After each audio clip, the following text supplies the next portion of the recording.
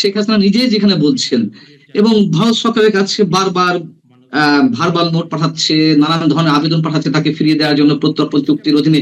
তো কোনো চুক্তিই তো কাজ দরকার নেই, শেখ হাসিনা নিজে ফিরে আসতে চাইছেন, তাহলে কেন ওয়েলকাম জানাচ্ছে না? এবং তার এই কথার মধ্য দিয়ে অনেকে বলছেন তিনি রাজনৈতিক স্ট্যান্ডবাজি করছেন। তাই সেটা তো প্রমাণ করতে হবে যে সরকার সব ধরনের সুযোগ করে দেবে তাকে দেশে ফেরার ক্ষেত্রে, আইনের মুখোমুখি হওয়ার ক্ষেত্রে। সেটি না করে কেন সরকার এখন নতুন নতুন ব্যাখ্যা দিচ্ছে, তার বক্তব্য প্রচার করা যাবে না, কথা প্রচার করা যাবে না? কেন সরকার এটি করছে, আপনার কি মনে হয়?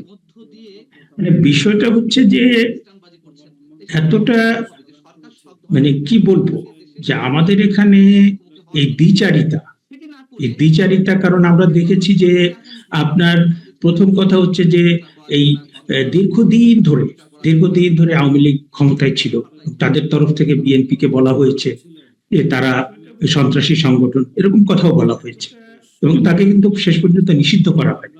আবার আওয়ামী লীগের সময় আমরা দেখেছি যে মাননীয় প্রধানমন্ত্রী এখন, তারপরে আগে ছিলেন বিএনপির ভারপ্রাপ্ত চেয়ারম্যান, তো তার যে কথাবার্তা, লন্ডন থেকে তিনি যে কথাবার্তা বলতেন, সেটা কিন্তু আমাদের ফর্মাল মিডিয়া, যেটা এমনিতে আমরা যেটা ইউটিউবে কিংবা যেটার উপর রেস্ট্রিকশন আরোপ করা কঠিন, হ্যাঁ আমরা কিন্তু দেখেছি সেখানেও কিন্তু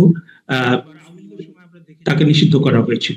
তো সেই একই যে অন্যায়ের শিকার যারা হয়েছিল, তারা আবার একই অন্যায় করছে এবং একই স্বৈরতন্ত্রের পথে হাঁটছে, এবং তাদের বিভিন্ন স্থানীয় সরকারে যে আপনার প্রশাসক নিয়োগ করে দেওয়া হলো, এটা নির্বাচনের দাবি ছিল।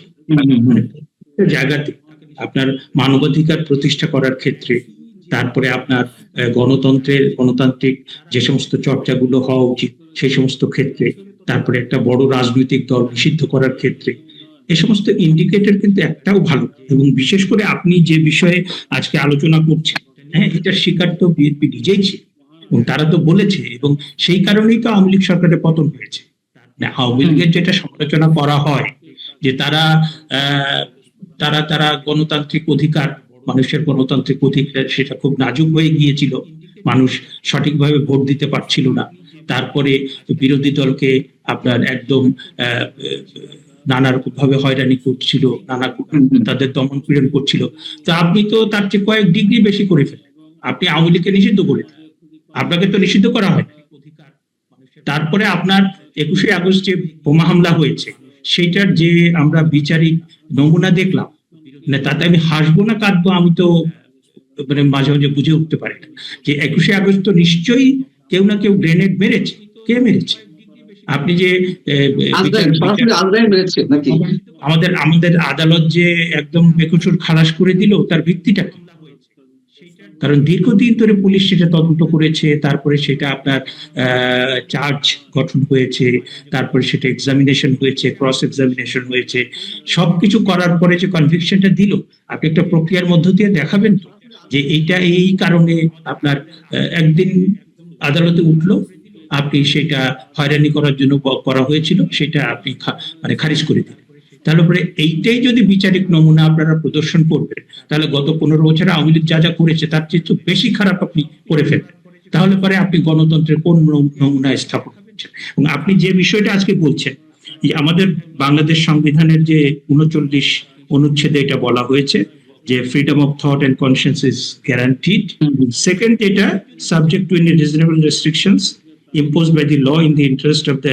এখন আপনি দেখেন যে আপনাকে কথা বলার স্বাধীনতা দিয়েছে, তার মানে হচ্ছে প্রেসের, যে আপনি আমরা কথা বলছি কিংবা পত্রিকায় কেউ লেখালেখি করছে, সেইটার উপরে আপনি রেস্ট্রিকশন আরোপ করতে পারবেন, কয়েকটা শর্ত আছে। এখন সিকিউরিটি অফ দ্য স্টেট, এখন শেখ হাসিনা কথা বললে কিংবা আওয়ামী লীগের নেতৃবৃন্দ কথা বললে দেশের বাংলাদেশের সিকিউরিটি কোনোভাবে থ্রেটেন্ড হচ্ছে কিভাবে? এটা আমি বুঝতে পারি। তারপরে friendly relation with foreign state, কার সাথে ফ্রেন্ডলি রিলেশন নষ্ট হচ্ছে? নষ্ট হলে আপনি কোনো ব্যবস্থা নিয়েছেন যে এই দেশের সাথে আমার ফ্রেন্ডলি রিলেশন নষ্ট হচ্ছে, সুতরাং আমি এই ব্যবস্থাটা নিলাম? পাবলিক ওয়ার্ডার তো নষ্ট হচ্ছে যে আপনার আইন শৃঙ্খলা পরিস্থিতি ভালো করে চলছে না, এবং আওয়ামী লীগের নেতাকর্মী তাদেরকেই আপনার বিনা বিচারে জেলে আটকে রাখা হয়েছে। তারপরে আপনার সম্প্রতি 7টা লাশ যে ভেসে 7 মার্ডার, সেটা তো মারাত্মক একটা ঘটনা। যে তাকে ওয়েলকাম জানানো হচ্ছে না, তাকে ফিরিয়ে আনার বিষয়ে সরকার কোনো বক্তব্য দিচ্ছে না এই ক্ষেত্রে, যে হ্যাঁ আমরা রেডি, তিনি ফিরে আসুন এবং তার ফিরে আসার জন্য আমাদের ট্রাভেল পাসটা যা যা দেওয়া দরকার দিব, সেই ধরনের কোনো কথা না বলে বরঞ্চ তার এই বক্তব্যের পর এই ধরনের মন্তব্য যে তার বক্তব্য প্রচার করতে পারবে না মিডিয়া বা করা উচিত না, আদালতে নিষেধাজ্ঞা রয়েছে, এই কথাগুলো বলার অর্থ কি? তার মানে কি সরকার চায় না শেখ হাসিনা ফিরে আসুক, অথবা শেখ হাসিনার এই বক্তব্যের মধ্য দিয়ে সরকার এক ধরনের আহ আতঙ্কের মধ্যে আছে যে সত্যি সত্যি যদি তিনি ফিরে আসতে চান তাহলে সরকার তখন কি করবে? আসলে বিষয়গুলো কি মনে হচ্ছে আপনার কাছে? আমার কাছে যেটা মনে হচ্ছে যে সরকার তো চায় যে শেখ হাসিনা আসুক, হ্যাঁ, তার বিচার হোক, তাই না? যেটা সরকার এবং অন্যান্য দল, তারপর আমাদের সিভিল সোসাইটির অনেকে বলে যে হ্যাঁ, এতগুলো হত্যাকাণ্ড হয়েছে, বিচার করা হচ্ছে। তো বঙ্গবন্ধু কন্যা তো সেটা বলেছেন, তিনি তো বলেছেন যে তিনি বিচারের মুখোমুখি হতে চান। হ্যাঁ, এবং এই সম্প্রতি যে সাক্ষাৎকার, সেখানে তিনি স্পষ্ট করে বলেছেন ডিসেম্বরের মধ্যে তিনি আসবেন এবং সেটার জন্য ট্রাভেল পাসের জন্য তিনি আবেদন করবেন, এবং সেটা হচ্ছে যে আপনার তিনি বিচারের মুখোমুখি হতে চান। কারণ যে আপনার ইন্টারন্যাশনাল ক্রাইমস ট্রাইব্যুনালে যে বিচারটা হয়েছে, আমি তো মনে করি ইন্টারন্যাশনাল ক্রাইমস ট্রাইব্যুনাল পুরোপুরি এটা মানে যে এস্টাবলিশমেন্টটা হয়েছে সেকেন্ড টাইম, এটা পুরোপুরি অবৈধ, এবং এই কথা আমি অনেকবার বলেছি, এবং সেটা তো আমি হাইকোর্টে গিয়ে চ্যালেঞ্জ করি। আমি তো উচ্চ আদালতের মতামত নিতে পারছি না। হ্যাঁ, এবং সরকারের আমার কাছে যেটা মনে হয় যে সরকার একটা আতঙ্কের মধ্যে আছে, সরকার আসলেই ভয় পেয়েছে। হ্যাঁ, কারণ এটা তো সরকারের আমন্ত্রণ জানানো উচিত, হ্যাঁ আপনি আসেন, আমাদের যে বিচারিক প্রক্রিয়া সেটা ফেস করেন। হ্যাঁ, এবং আমরা তো দেখলাম যে আপনার দীর্ঘদিন ধরে 21শে আগস্ট যে গ্রেনেড হামলা, সেটার বিচার চললো, কনভিকশন হলো, তারপরে অল অন এ সাডেন একদিনে আপনার আদালতে গিয়ে সেটা খারিজ করে দেওয়া। এই যদি হয় আপনার বিচারিক মানদণ্ড, এই যদি হয় রুল অফ ল, তাহলে পরে বাংলাদেশটা চলবে কিভাবে? আপনাকে তো একটা ক্রেডিবল জিনিস আপনাকে উপস্থাপন করতে হবে। হ্যাঁ, এবং আপনি